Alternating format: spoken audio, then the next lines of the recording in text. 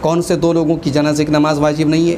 Number 1 نابالغ بچہ، چھوٹا بچہ اگر انتقال کر گیا تو اس کی جنازے کی نماز واجب نہیں ہے۔ دلیل ابو داؤد کی 1387 نمبر کی حدیث ہے۔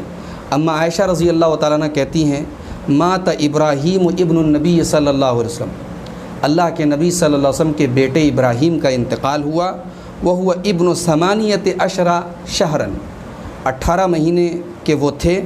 فلم یصلی علیہ رسول اللہ صلی اللہ علیہ وسلم، اللہ کے رسول صلی اللہ علیہ وسلم نے ان کی جنازے کی نماز نہیں پڑھی۔ اور دوسرا شخص جس کی جنازے کی نماز پڑھنا واجب نہیں ہے، شہید، جو اللہ کی راہ میں جہاد کرتے ہوئے شہید ہو جائے، اس کی جنازے کی نماز واجب نہیں ہے۔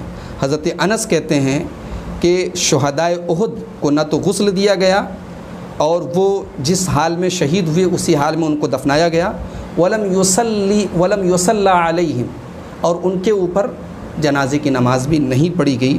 یہ ابو داؤد کی 1335 نمبر کی صحیح روایت ہے۔ لیکن یہاں یہ بات یاد رکھیں کہ واجب نہیں ہے، لیکن جنازے کی نماز پڑھی جا سکتی ہے، کوئی پڑھنا چاہے تو پڑھ سکتا ہے، بچے کے اوپر بھی اور شہید کے اوپر بھی۔ اما عائشہ رضی اللہ تعالیٰ عنہ کہتی ہیں کہ اللہ کے رسول صلی اللہ علیہ وسلم کے پاس انصار کا ایک بچہ لایا گیا، فصلی علیہ، آپ صلی اللہ علیہ وسلم نے انصار کے اس بچے کی جنازے کی نماز پڑھائی۔ یہ صحیح مسلم کی 2662 نمبر کی اور سنن نسائی کی 1947 نمبر کی روایت ہے۔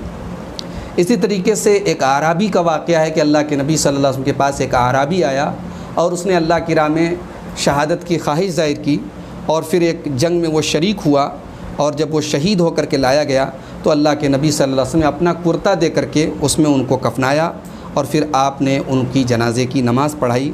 یہ سنن نسائی کی 1953 نمبر کی صحیح روایت ہے۔ جنازے کی نماز میں تعداد جتنی زیادہ ہوگی میت کے حق میں اتنا زیادہ بہتر ہوگا۔